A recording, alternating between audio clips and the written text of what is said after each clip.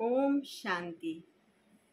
आज हम सभी महाभारत के एक ऐसे पात्र की चर्चा करेंगे जो कि इस महाभारत ग्रंथ के बहुत ही मुख्य पात्र थे, जिनका इस महाभारत में बहुत ही महत्वपूर्ण स्थान रहा है।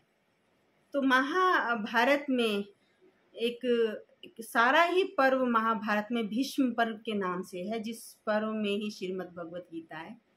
और ये माना जाता है महाभारत के युद्ध में 10 दिन भीष्म जी ने सेनापति का नेतृत्व किया था, सेनापति पद पर थे। तो इतना मुख्य जिनका अभिनय रहा है, तो उनके जन्म के बारे में भी हम आज थोड़ी चर्चा कर लेते हैं। तो ऐसा महाभारत के अंदर दिखाया गया है कि एक गुरुकुल में एक राजा हुए थे जिनका नाम शांतनु था। और कहते हैं कि वो जिस पर भी हाथ रख देते थे उनका बुढ़ापा चला जाता था, जवानी आ जाती थी, उनका जीवन सुखी में और शांत में हो जाता था। और जिसलिए उनको शांतनु कहा गया, ये नाम उन पर शांतनु इसलिए पड़ा। तो कहते हैं उनके पिताजी थे राजा प्रतीप। एक बार वो गंगा तट पर तपस्या के लिए बैठे थे आसन लगाकर। तो गंगा जो प्रवाहित हो रही थी उसने स्त्री का रूप धारण किया और वो उनके सामने आई और उनसे एक पुत्र की कामना की। तो कहते राजा प्रतीप ने उनसे ये तो अस्वीकार किया और कहा कि मेरे पुत्र हैं शांतनु, आप उनसे विवाह कर सकती हैं। तो जब शांतनु जी को वहां लाया गया तो गंगा ने शांतनु के सामने एक शर्त रखी कि वो उनसे कभी भी उनका परिचय नहीं पूछेंगे और वो जो भी कुछ कर रही हैं उसको कभी टोकेंगे नहीं। शांतनु ने उनकी शर्त स्वीकार की और उनका विवाह हो गया। तो विवाह के पश्चात उनके जो पुत्र पैदा हुए, तो वो पुत्र जैसे जन्म लेते ही उनको गंगा में डाल आती थी। तो शांतनु से ये देखा नहीं जाता था, नवजात शिशु और वो उनको गंगा जी में डाल आती हैं। तो शांतनु थोड़ा अपना मन मार के रह जाते थे क्योंकि शर्त थी। तो एक एक करके वो 7 पुत्रों को गंगा में प्रवाहित कर चुकी हैं। अब जब वो 8वें पुत्र को लेकर के गई, शांतनु से देखा नहीं गया और रहा नहीं गया और उन्होंने गंगा जी को टोक दिया और रोक दिया उस पुत्र को उसमें डालने से और पूछा कि तुम कौन हो। तो फिर गंगा ने कहा कि मैं गंगा हूँ और ये पूर्व जन्म के कोई वसु हैं जिनको किसी वशिष्ठ ऋषि का श्राप मिला हुआ है, जिस कारण से ये मनुष्य योनि में आए हैं। ऐसा कथा में वर्णन आता है। और इनको श्राप मुक्त करने के लिए ही इन्होंने मुझसे आग्रह किया था कि आप हमको गंगा में प्रवाहित करके हमको श्राप से मुक्त करेंगी। और इनको श्राप मुक्त करने के लिए ही मैंने ये स्त्री रूप धारण किया है। और अब चूंकि तुमने मुझे टोक दिया है, तो ये जो लास्ट पुत्र है इसको तुम मेरी ही संतान समझना। ये इन 8 वसुओं का अंश है, इसलिए इसको मेरी संतान समझकर इसको आप रखना। और वो गंगा जी ये कह के चली गई और कहा कि इसका नाम गंगा दत्त रखना, गंगा पुत्र।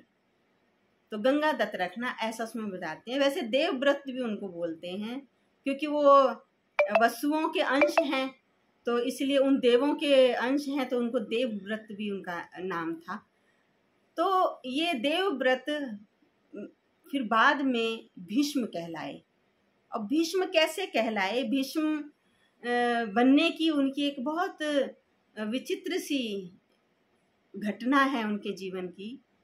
कहते हैं कि राजा शांतनु एक बार शिकार खेलने के लिए वन में गए थे, जहां उनकी नज़र सत्यवती पर पड़ी। और सत्यवती, जैसा कि हम पिछले एपिसोड में जान के आए, कि बहुत खूबसूरत थी। राजा शांतनु उनकी खूबसूरती पे मोहित हो गए और मोहित हो गए तो उनसे शादी का प्रस्ताव रखा। अभी राजा शांतनु तो गंगा तो चली गई थी तो शादी कर सकते थे। तो राजा शांतनु ने उनके सामने शादी का प्रस्ताव रखा और सत्यवती जी ने हाँ भी किया। लेकिन वो धीरे धीरे जब बातचीत बढ़ी, सत्यवती के पिताजी तक की बात पहुंची, तो सत्यवती के जो पिताजी थे उन्होंने ये शंका जताई कि तुम्हारा तो पहले से एक पुत्र है और मेरी पुत्री से तुम विवाह करोगे, मेरी पुत्री के बच्चों का क्या भविष्य है? तुम्हारे बाद तो तुम्हारा जो पुत्र है देवव्रत गंगादत्त वही राजा बनेगा, तो मेरी पुत्री का क्या भविष्य है? अब उसके लिए राजा शांतनु तैयार नहीं हुए, तो उन्होंने कहा कि वो मेरा बड़ा पुत्र है, हक तो उसका ही बनता है, तो वही राजा बनेगा। तो ऐसा कथा में बताया जाता है कि वो थोड़ा उदास रहने लगे, मन उनका थोड़ा सा खिन्न रहने लगा। ये देवव्रत की निगाह में आया कि मेरे पिताजी आजकल उदास रहते हैं, राजा शांतनु उदास रहते, क्या कारण है। तो उन्होंने काफ़ी खोजबीन की, पता लगाया, तो वो वहाँ जंगल में पहुँचे और इस चीज़ की जानकारी निकाली। तब उनको पता चला कि वो इस तरह से सत्यवती से विवाह करना चाहते हैं और कुछ बीच में विरोध है। तो वो सत्यवती जी के देवव्रत गंगादत्त सत्यवती के घर गए और उनसे बातचीत की कि क्या कारण है ऐसा। तो उन्होंने कहा ऐसे ऐसे वो विवाह करना चाहते हैं। तो कहा इसमें आपत्ति क्या है, आप विवाह कर सकते हैं। तो उसने कहा, उसके पिताजी ने, कि मुझे आपत्ति है कि तुम बड़े पुत्र हो और मेरी बेटी के पुत्रों का क्या भविष्य है या मेरी बेटी का क्या भविष्य है।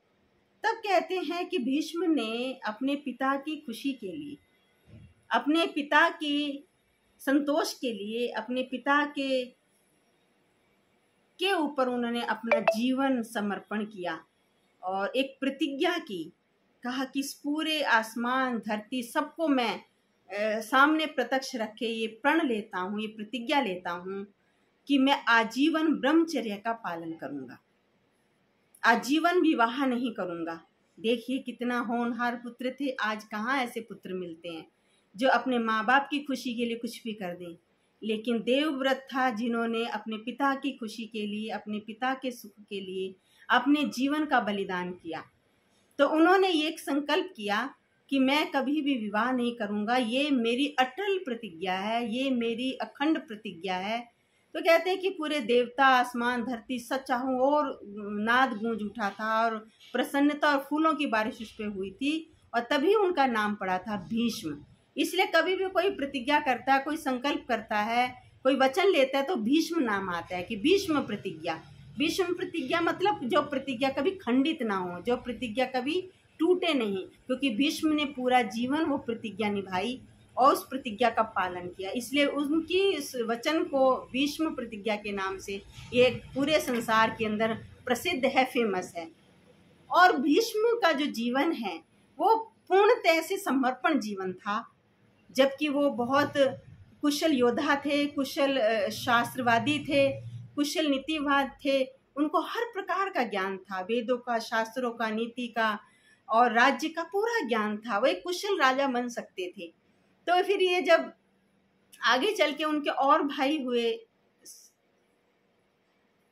और वो भाई जब जीवित नहीं रहे, उनके बच्चे हुए, तो उन्होंने एक और प्रतिज्ञा उनके पिताजी ने उनसे ले ली कि तुम तो बहुत लायक हो, तुम तो होनहार हो, तुम्हारे इस सिंहासन पर बैठने से मैं इस हस्तिनापुर के लिए निश्चिंत हूँ, आगे का मैं क्या भरोसा कर सकती।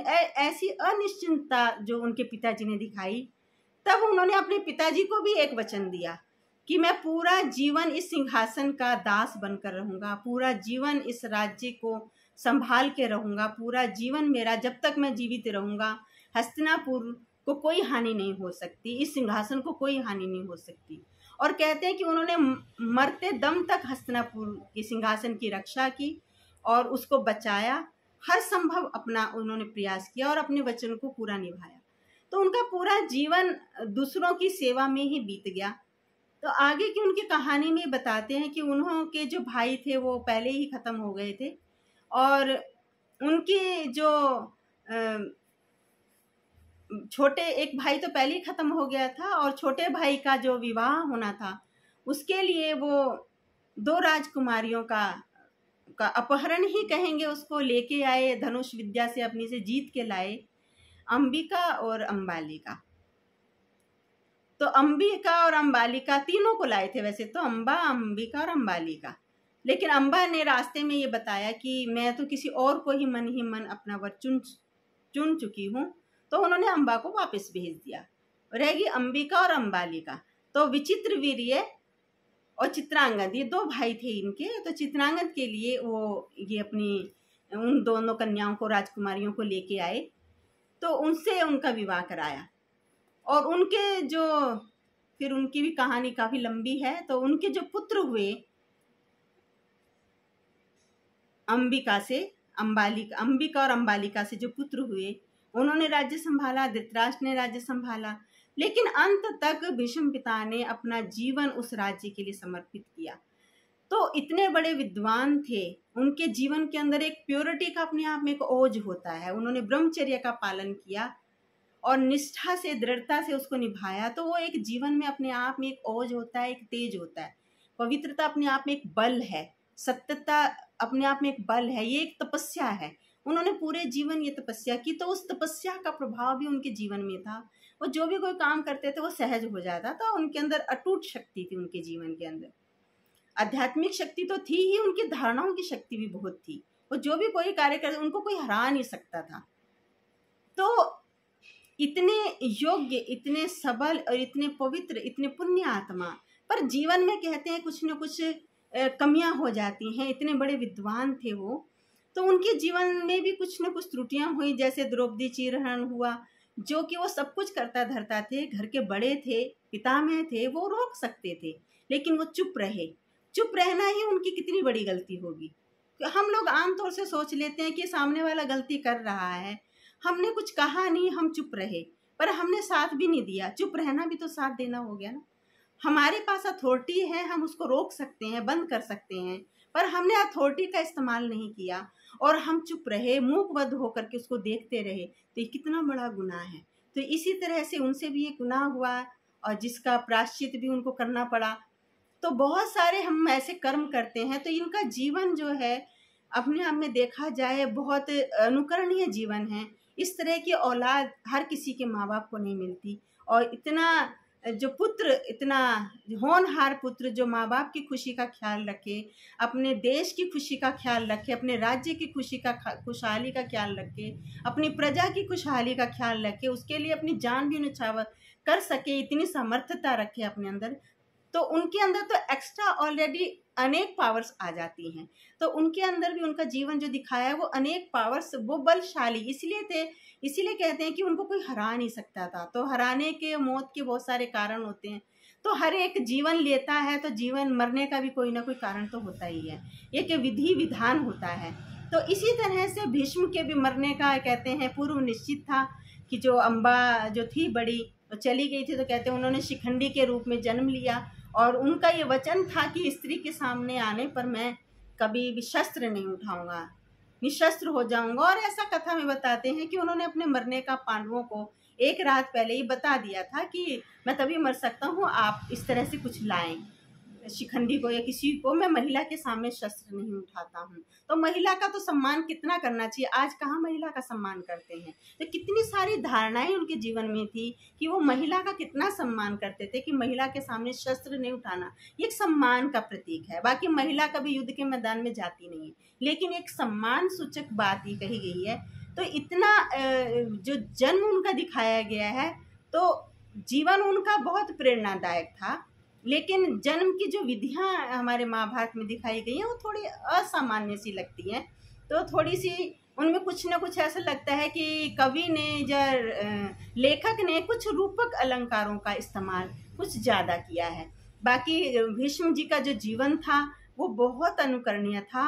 इतनी बड़ी प्रतिज्ञा करना अपने माँ बाप के लिए और पूरे जीवन पर्यंत उसको निभाना, ये होती है एक शक्तिशाली, स्ट्रॉन्ग और ताकतवर और आत्मबल से भरपूर आत्मा की निशानी। और आत्मबल से भरपूर है तभी उसने ऐसी प्रतिज्ञा की, और ऐसी प्रतिज्ञा करने के बाद उनके जीवन में और ओज बढ़ जाता है, और ताकत बढ़ जाती है, और उसकी शक्ति जो है कई गुना प्रबल हो जाती है। तो ऐसे थी भीष्म की देवव्रत से भीष्म बनने की यात्रा, और किस तरह से उनका जीवन था।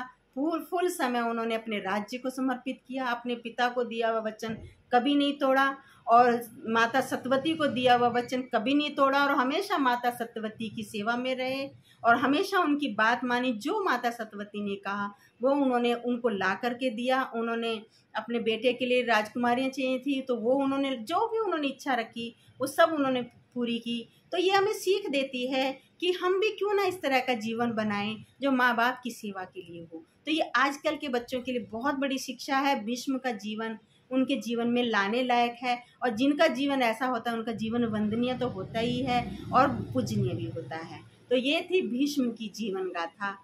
आगे फिर हम और सुनते रहेंगे। ओम शांति।